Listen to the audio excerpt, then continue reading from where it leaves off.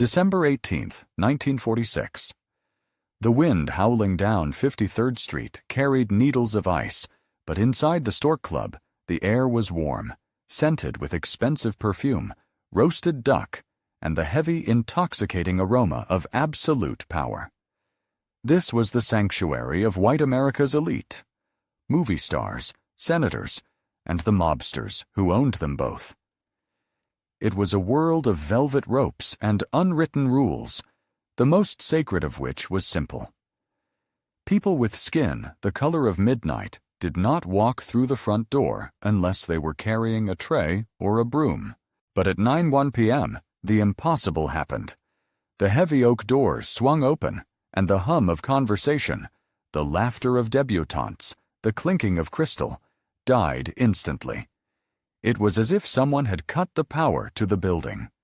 Standing in the foyer was not a servant, but a sovereign.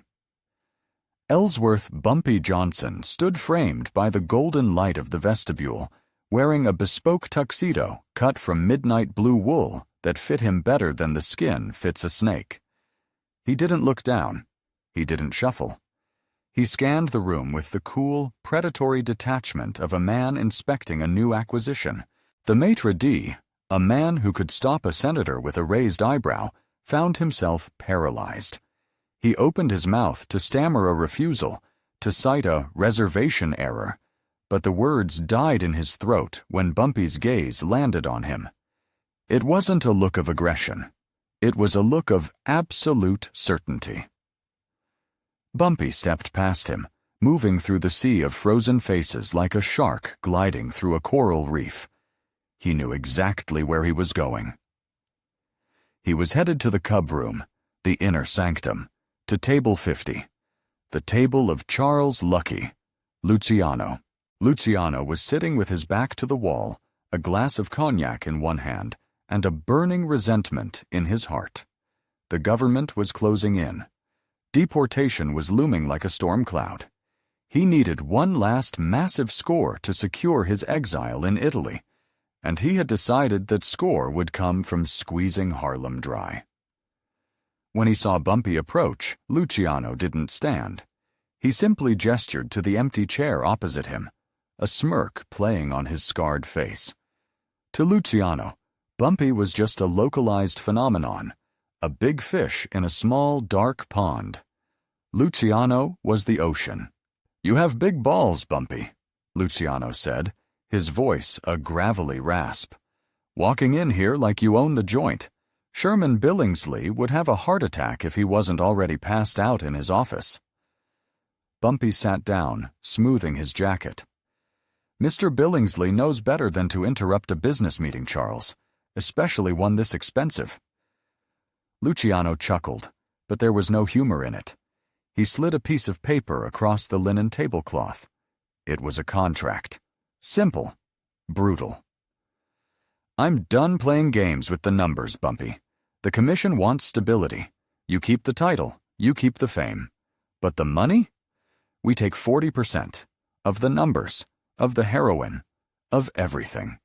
You refuse, and I will have the NYPD turn Harlem into a parking lot.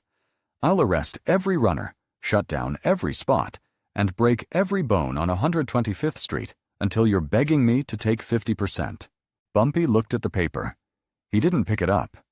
He didn't read it. He looked tired, almost bored. He raised a hand, not to strike, but to summon. A young busboy, a black kid named Marcus, who had been trying to blend into the wallpaper, hurried over, his hands trembling.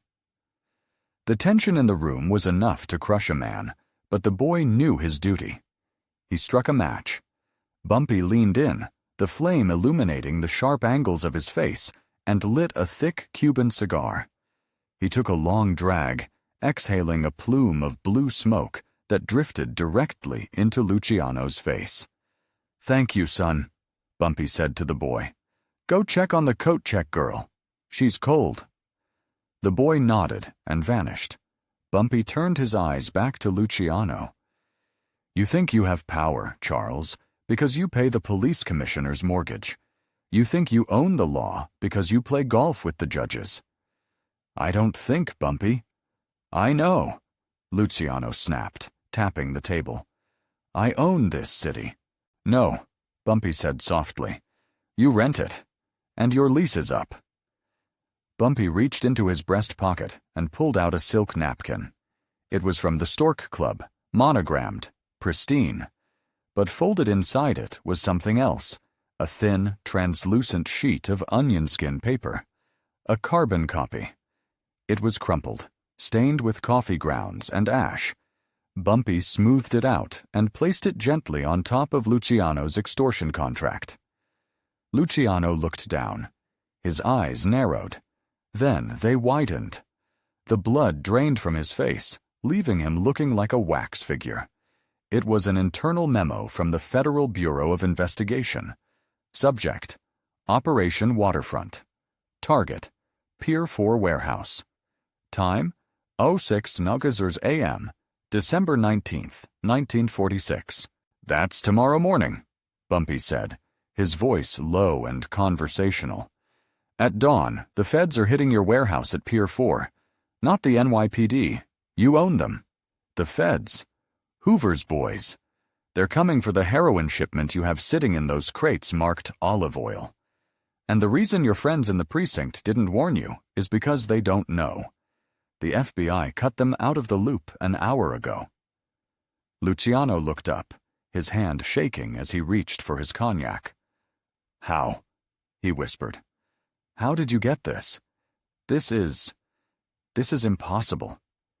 Bumpy leaned forward, his voice dropping to a register that felt like a secret shared in a confessional.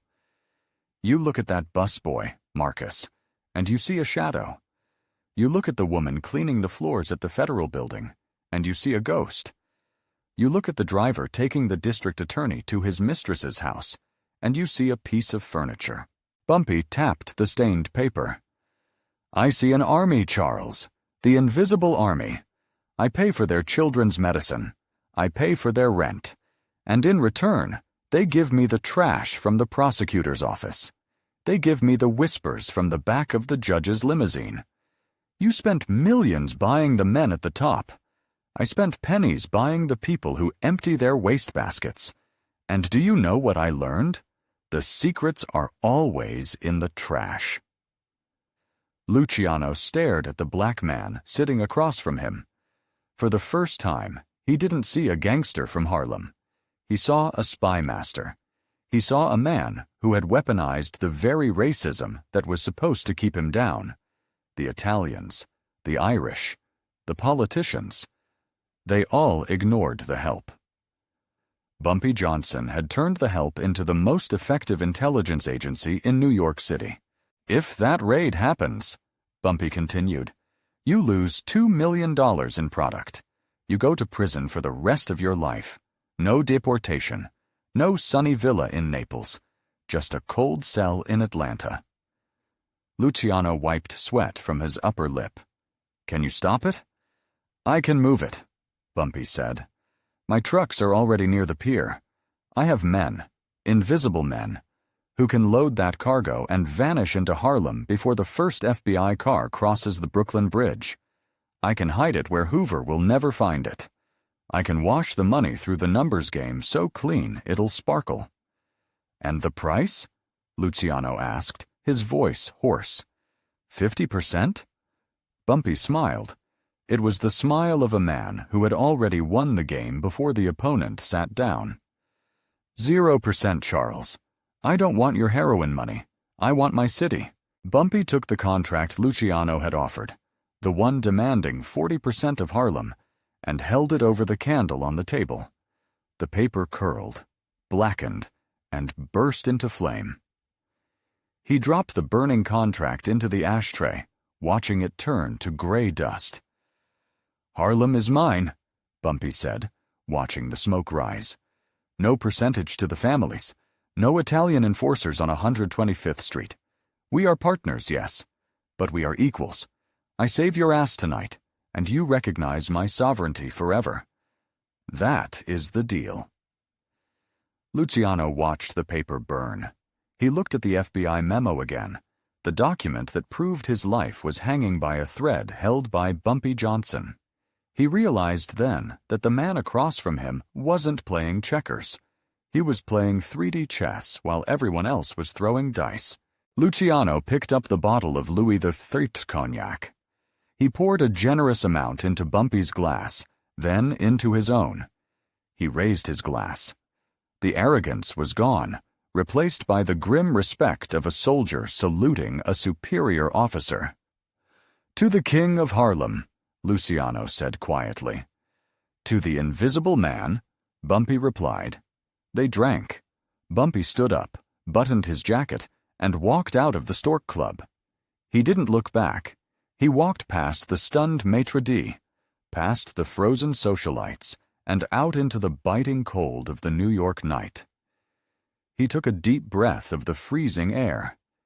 It tasted like victory. He had walked into the lion's den armed with nothing but a napkin and the truth, and he had walked out with a kingdom. As his Cadillac pulled away from the curb, Bumpy looked out the window at the city skyline. He knew something the Lucianos of the world would never understand.